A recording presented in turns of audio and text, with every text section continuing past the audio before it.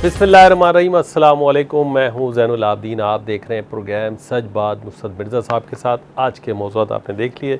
मिर्ज़ा साहब अस्सलाम वालेकुम। वालेकुम अस्सलाम और अस्सलाम वालेकुम नाज़रीन कराम मोहतरम। आज हम जो गुफ्तगू करने जा रहे हैं वो जो पाकिस्तान के अंदर जो ज़ालिमाना इक़दामात हो रहे हैं पेट्रोल को बढ़ाने के लिए। एक महीने में 60 रुपये बढ़ा दिए हैं पेट्रोल पर। कभी दुनिया की तारीख़ में ऐसा नहीं हुआ। अब जब ज़ालिमाना आप पर आते हैं तो पहले हम थोड़ी सी थोड़ी बात कर लें कि ज़ालिम किसे कहते हैं।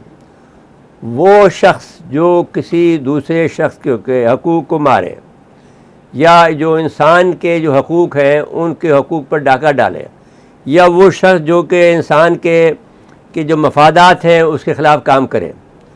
पहली बात यह है कि अगर वो शख्स जो शख्स करेगा तो वो ज़ालिम कराएगा, हुक्मरान होगा तो ज़ालिम कराएगा, और अगर हुक्मरान डेमोक्रेसी टाइप की है तो वो भी ज़ालिम कहलाएगी। तो ये ज़ालिम हुकूमत है।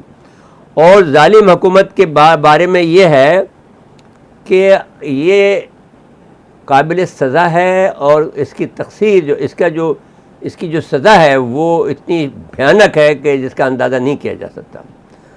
फिर दूसरी बात यह है कि ये सल्तनत ममलकत खुदादाद है और मुसलमानों की ममलकत है। इसमें याद होना चाहिए कि जो मुसलमान होता है तो वो एक बड़ा आला किस्म की मैंने मुकम्मल अल्लाह की ताबेदारी का नाम मुसलमान है।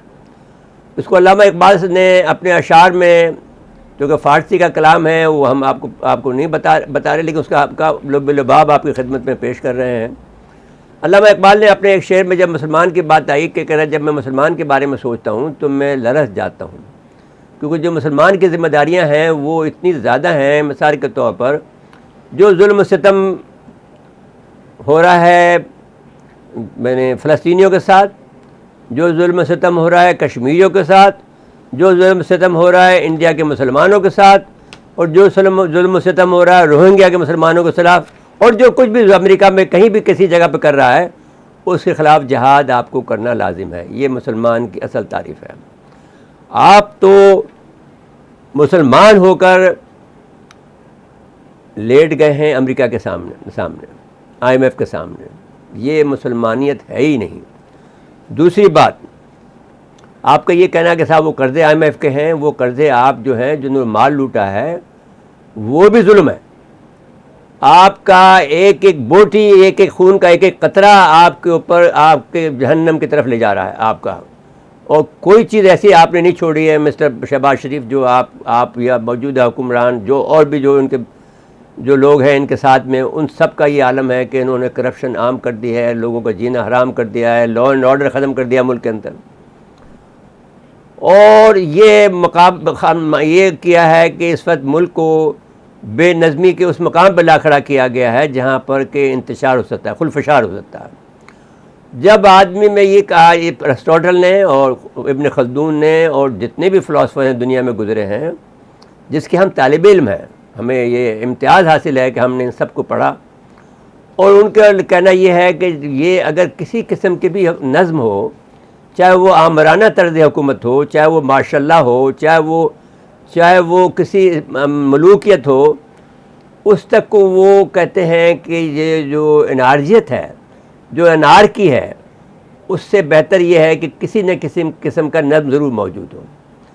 तो हम ये कहना चाहते हैं आपसे कि जो बात, फिर और बात भी हम कहना चाहते हैं कि जो आप जो रोज़ा नमाज और ज़कात देते हैं, ये हज करते हैं, ये रोज़ भाग के जाकर उम्रा करने जाते हैं बेईमानियाँ कर के, और जहाज़ों में भर के लेके जाते रहे सारी उम्र, वो सब हराम है। अगर आप किसी से भी फतवा ले लेंगे तो आप कह देंगे कि हराम है। ये बात हराम से मुराद क्या है कि नाजायज़ है, आप यानी जायज़ काम नहीं कर रहे।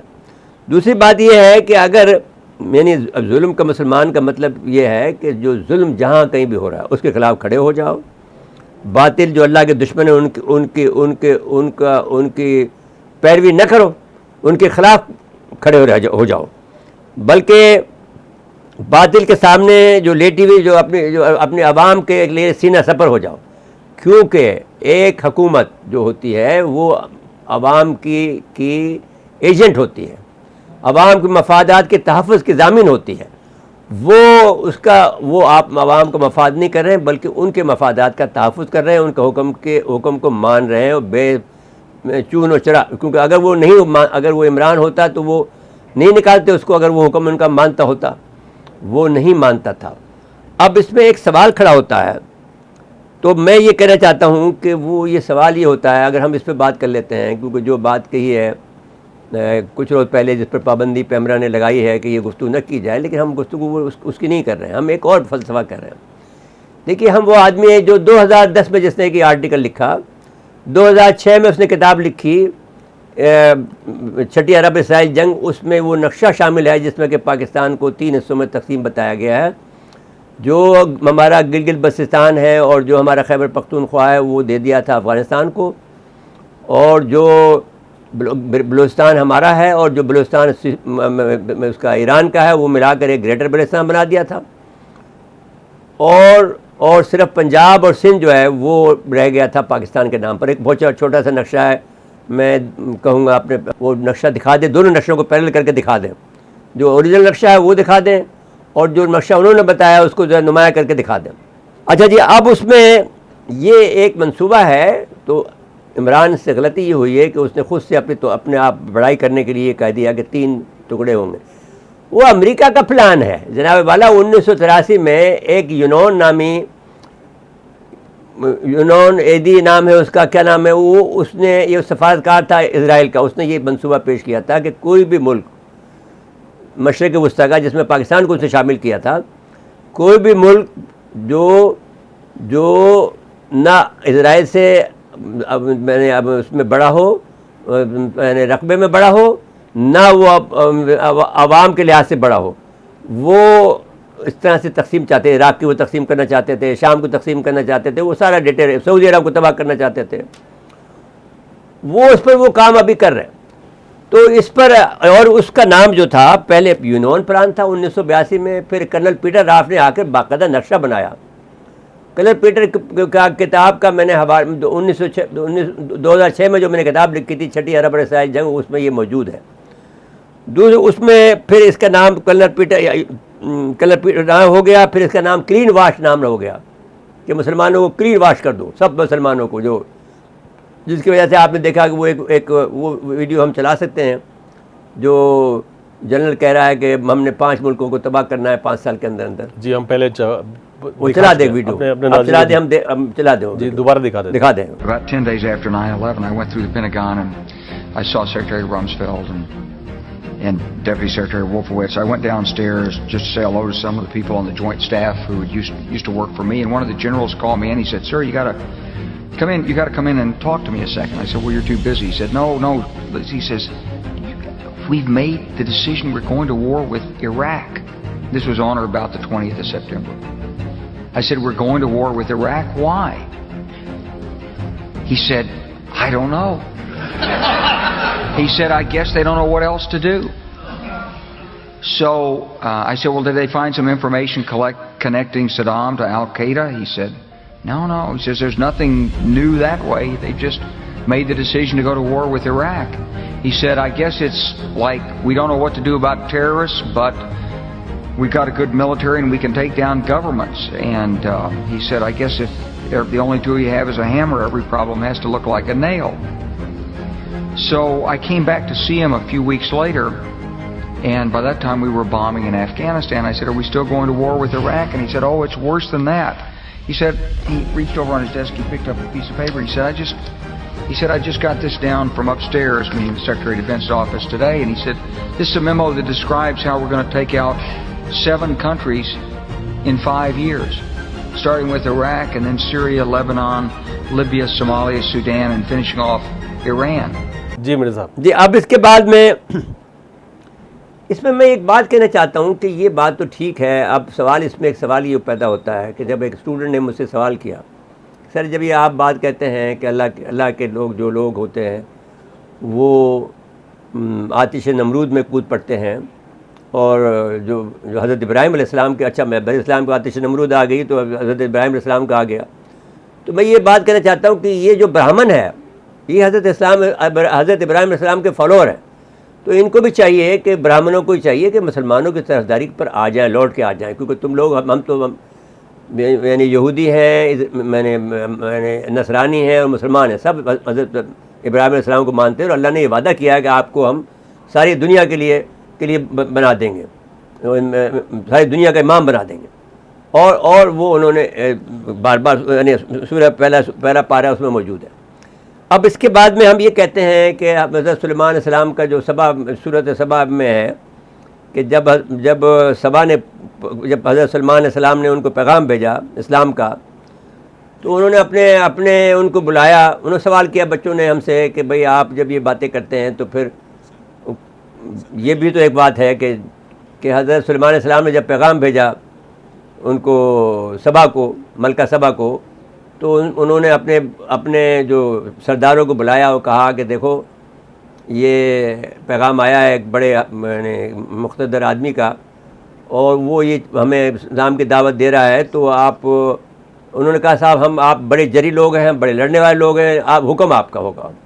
तो उन्होंने ये जुमला, बड़ा तारीख़ी जुमला अदा किया कि देखिए जब कभी कोई बड़ा आदमी, जब बड़ा मुल्क और बहुत ताकतवर मुल्क आप पे हमलावर होता है तो वो ताराज कर देता है मुल्क को, आवाम को तबाह बर्बाद कर देता है, और जो उमरा होते हैं वो सबसे ज़्यादा उनको सफ़र करता है, उनको ग़ुलाम बना लेता है।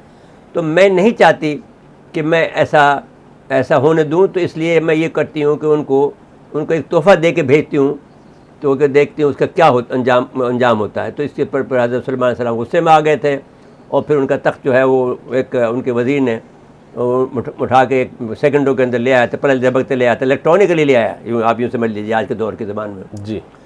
तो मैं ये कहना चाहता हूँ कि जिस वक्त ये सवाल बहस आया, मुझसे सवाल किया गया कि अगर ये बात है तो अगर हम फ़र्ज़ कर लीजिए अमेरिका से तसादुम पे जाते हैं तो फिर वो हमारे उसको तबाह बर्बाद कर देंगे। तो हमने कहा कि ये बात ठीक है आपकी, अगर तो इसमें फिर मसलहत से काम इतनी मसलहत लेनी चाहिए, लेकिन यहाँ पर इतनी मसलहत भी नहीं होनी चाहिए कि आपने लेट जाए।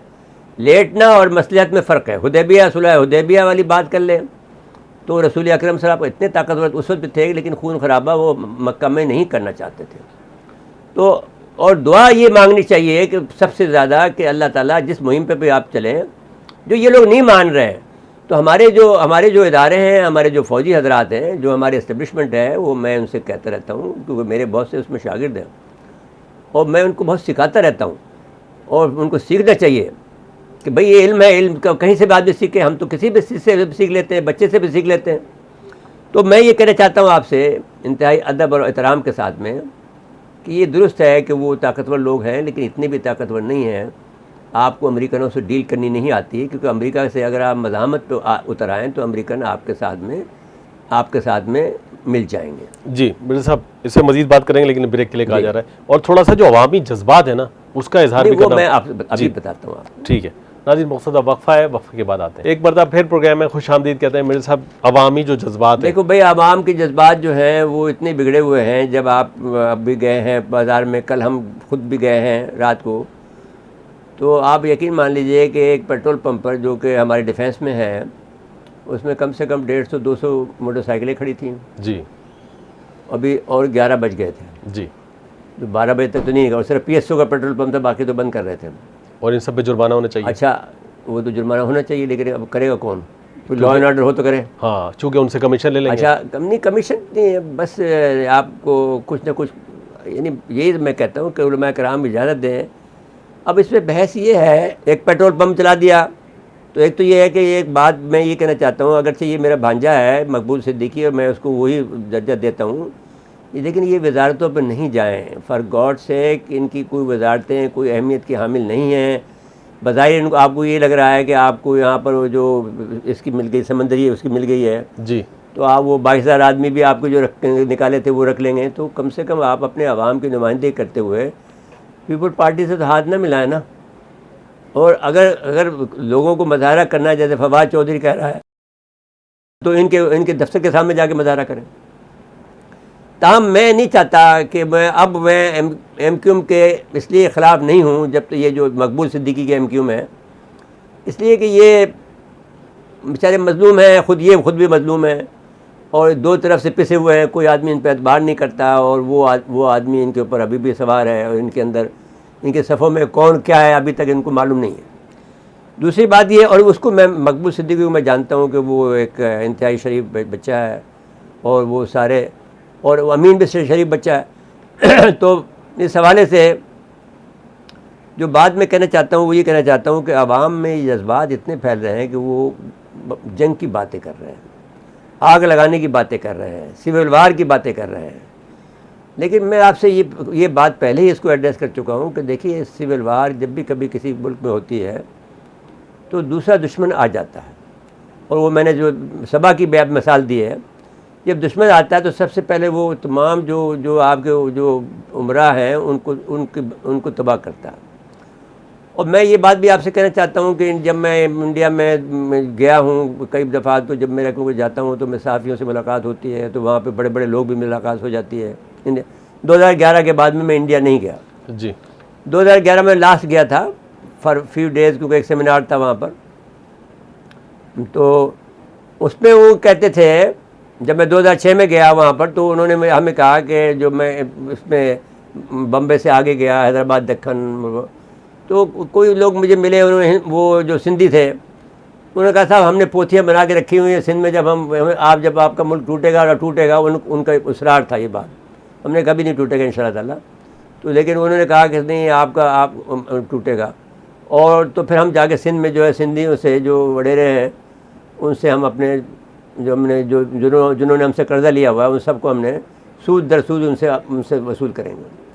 तो जो लोग ये समझते हैं कि ये अगर सिंध को हमने यानी पाकिस्तान की जो ताकत को अगर तोड़ा, सिंधियों ने तोड़ा या मैंने खैबर पख्तूनख्वा ने तोड़ा या पंजाबी ने तोड़ा, तो मैं एक इल्ज़ाम आप पंजाब पर यह है कि पंजाब के जो अशराफिया है उसने मशरक़ी पाकिस्तान तोड़ा और अब भी वो उससे दर पे हैं। क्योंकि अगर आप इसका देख लें कि कोई सारे चीफ जो है वहाँ के, अब हुक्मरानी भी उनको दे दी है, आपने पंजाब में बेटे को दे दिए और उसमें दे दिए। ये भी जुल्म है, ये जुल्म है और ये अल्लाह ताला को यहाँ आपको हिसाब देना पड़ेगा। जो भी चीफ साहबान हैं सब की बात कर रहा हूँ मैं जी। तो अब बात यह है कि आवाम में इतनी बेचैनी है और आवाम के जीना हराम हो गया है। अभी आपने ये किया और हमें मालूम है कि अभी चंद दिनों के बाद में जो आपका अनाज के आ रहा है, पानी की कमी आ रही है, ये उसके बाद में क्या होगा इस मुल्क के अंदर। इन जैसा हुक्मरान कभी भी कुछ नतीजे बरामद नहीं कर सकता है, जो कि हर हुकूमत पर अमेरिका का ये तरीका है कि जो दबता है उसको दबाते चले जाते हैं। अमेरिकनों का ये है, आपने अमेरिकनों की नफ्सियात नहीं पढ़ी है और आप ये भी नहीं पता कि जिस वक्त आपको याद होगा कि जब मैंने ओबामा का या बुश का जो वज़ीर दिफा था, उन्होंने कहा कि साहब पाकिस्तान पे क्यों नहीं करते हमला, तो उसने कहा नहीं पाकिस्तान की बात नहीं करो, वो एटमी मुल्क है। तो तुम्हें कम से कम इस ताकत को जो आपका लीवरेज है उसको तो इस्तेमाल करना चाहिए ना। ये भी नहीं आता। फिर मुझे ब्रेक के लिए कहा जा रहा है, ब्रेक के बाद आएंगे तो कराची में आतिश जदी का जो वाक़या हुआ है एक सुपर स्टोर का, उसका जिक्र कर लेंगे। तीसरा दिन है आज। नहीं, पहले ये मैं थोड़ी नियाज़ी साहब पे बात, ठीक है, आप उस पर बात करना चाहते हैं, फिर अभी ब्रेक के बाद कर लें। नाज़रीन, मक़सद वक्फ़ा है, वक्फ़े के बाद आते हैं। एक बार फिर प्रोग्राम में खुश आमदीद कहते हैं। जी मेरे साहब, आप कुछ और बात करना चाहते हैं? मैं ये आपसे अर्ज़ करना चाहता हूँ इमरान खान साहब, जब आप लीडर बन जाते हैं तो फिर आप पर काफ़ी जिम्मेदारियाँ भी होती हैं। आपको अल्फाज का चुनाव मुनासिब करना चाहिए। आपको यूँ कहना चाहिए था कि अगर ये आप में अगर ये डर पैदा हो गया है कि अमेरिका ने आपको हटाया है, जो लगता है कि आप में डर पैदा हो गया है, तो आपको ये कहना चाहिए था कि गैर मुल्की ताकतें पाकिस्तान को तकसीम करना चाहती हैं, जो करना चाहती हैं, तो आपको अपने ज़िम्मे नहीं लेना चाहिए कि तीन उसमें हो जाएगा। ये जब मैंने आपको बताया है, आप मेहरबानी आपको गूगल पर चले जाएं, कर्नल पीटर, हर आदमी को करें, कर्नल पीटर राफ लिखें, COL पीटर लिख दे। पीटर आसान है, PETER, Peter RALPH, colonel Peter Ralph लिखें, आपको सारे नक्शे नज़र आ जाएंगे जिसके अंदर पाकिस्तान की तकसीम कार मौजूद है। पाकिस्तान को 3 हिस्सों में तकसीम किया गया। तो हम आपसे ये कहना चाहते हैं कि आपको आप मुश्तहिद ज़रूर हैं, लेकिन आज का जो आपको बयान दिया है वो अच्छा दिया है कि आपने कहा कि हम बुनेर में जो जलसा था, जो बुनेर में उन्होंने कहा कि हम कभी भी अपने इदारों से, कभी पुलिस वालों से, कभी रेंजर से, कभी फ़ौज से नहीं लड़ेंगे, इसलिए कि वो हमारे अपने लोग हैं और हमारे अपने लोग जो हैं लोग भी हमारे हैं। तो ये अच्छी आपका बयानिया है आप ऐसे बयान देते रहें और अपना काम करते रहें। जो काम आप कर रहे हैं, आप लोगों में अवेयरनेस पैदा कर रहे हैं, वो आप अपना काम करें। लेकिन आप लीडर को जो अल्फाज का चुनाव करते वक्त बहुत एहतियात की ज़रूरत होती है। वो खुद से जिम्मेदार न लें। देखिए, जब हम भी तो कह सकते हैं ना कि साहब ये बात ऐसी हो सकती है, लेकिन ये बात हम कब से कह रहे हैं? हम तो 2006 में लिख दिया है, 2010 में भी हमारी किताब आई, उसमें भी लिख दिया है। दोनों किताबें हम दिखा देंगे, हमारे स्क्रीन पर देख सकते हैं आप। जो बिल्कुल ठीक है जी। अब इसके बाद में ये सुपर स्टोर में पाकिस्तान कराची को जिस बेहंगम तरीके से आपने फैलाया है और सुपर स्टोर बना दिए, नीचे बना दिए हैं, तो उसका नतीजा ये निकल रहा है कि अगर वो आग लगी है तो अब पूरी की पूरी बिल्डिंग, एक पैरे बिल्डिंग वो सब नेशनल टावर हुई थी। अब ये बेचारे गरीबों का क्या हाल होगा? अब इनको कौन बना के देगा? नहीं, ये बात भी जहन हमने, आपको याद होगा कि जिस वक्त ये बन रहा था आपका पूरे इलाके में, जो गुलिस्तान जौहर में जी, तो हमने कहा था कि ये जंगल है इसका, सीमेंट का और पत्थरों का। तो कभी भी आपको अगर एक भी झटका लगेगा तो फिर क्या होगा? आपने बिल्डिंगें खड़ी कर दी हर जगह पर, और इन लोगों ने हंगम खड़ी की है, और इन लोगों ने खुद बम जो है पानी का, आप देखिए पानी का आपके पास जरूरत नहीं, निकास आपके पास नहीं है जी, गाड़ियाँ बेशुमार हैं आपके पास। तो अब मैंने जो मशवरा दिया था कि आपको पावर, जो भी लड़के हमारे हैं उनको चाहिए कि पावर पैडल वाली जो है साइकिल वो ख़रीद लें, जो इससे बेहतर होगी। एक पैसा भी नहीं लगेगा और पावर पैडल के साथ वो जो पेट्रोल का जो हाल है वो तो आगे जाके साइकिल पे सभी आने वाले हैं। पावर पैडल पे आ जाए ना जी, पावर पैडल पे आ जाएंगे तो आपको ताकत नहीं लगेगी। असल मुश्किल ये है कि साइकिल तो ले ली जाएगी, लेकिन उसका पंक्चर होगा तो फिर क्या होगा? लेकिन पंक्चर के लिए नहीं, अब मसाइल बहुत सारे हैं। पंक्चर के लिए पंक्चर वाला होगा, वो उस तरह से है नहीं ना जैसे मोटरसाइकिल के लिए दस्तयाब है, वही कन्वर्ट हो जाएंगे। अल्लाह, मतलब वैसे अल्टीमेटली हमने जाना है वही है साइकिल पे, नहीं कोई हट नहीं। अच्छा मेरे साहब वो सुपर, आप देख रही पहले यही होता था, अब तो सुना है कि नहीं होता है। पहले चीन में ये होता था कि आधा रोड साइकिलों के लिए मुख्तस था और आधा रोड गाड़ियों के लिए था। उनके अभी भी एक ट्रैक है? नहीं अभी बस नहीं, अभी बहुत छोटा सा ट्रैक है जी।